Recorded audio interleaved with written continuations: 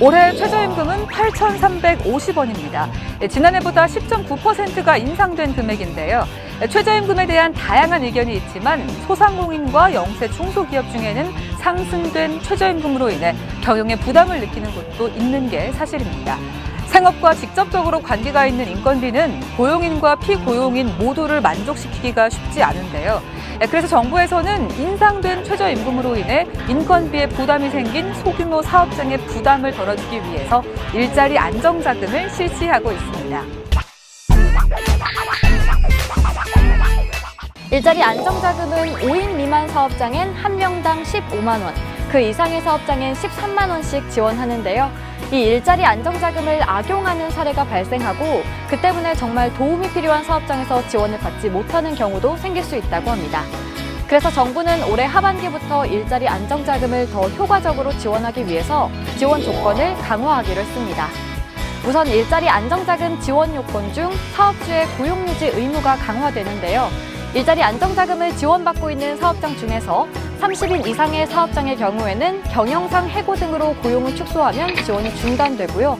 10인 미만의 사업장에서 고용을 축소하는 경우에는 매출액 등의 고용 축소의 이유를 입증할 수 있는 자료를 제출해야만 계속해서 지원을 받을 수 있게 됩니다. 그리고 노동자의 소득 기준에 대한 사후 검증도 강화되는데요. 일자리 안정자금 지원 대상이 되기 위해서는 노동자의 월 평균 보수가 일정 수준에 미치지 않아야 하기 때문에 2019년도 월 평균 보수 기준인 210만 원의 110%, 즉 231만 원이 초과되면 지원금을 환수하기로 했습니다. 또한 이미 퇴사한 노동자에 대한 소급 지원을 중단하고 부정수급을 적발하는 등 사후 관리에도 역량을 집중할 계획인데요. 일자리 안정자금 점검 대상을 연간 400개소에서 1,600개소로 크게 늘리고 부정수급 가능성이 높은 사업장을 중심으로 집중적인 점검을 추진하기로 했습니다.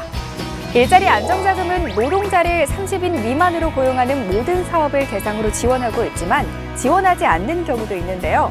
과세소득이 5억 원을 초과하는 고소득 사업주나 임금을 체불한 사업주, 국가에서 인건비 재정 지원을 받고 있는 사업주 또는 근로자는 일자리 안정자금을 지원받을 수 없다는 점 꼭 기억해 두세요.